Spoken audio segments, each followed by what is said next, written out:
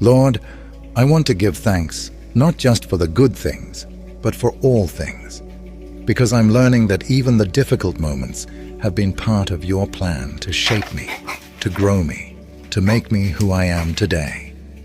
Heavenly Father, where do I even begin? How do I put into words the depth of my gratitude? My heart is so full right now that I feel like it might burst. Thank you, Lord, for the gift of life itself. Thank you for the breath in my lungs, the beat of my heart, the ability to think and feel and love and dream. Thank you for this very moment.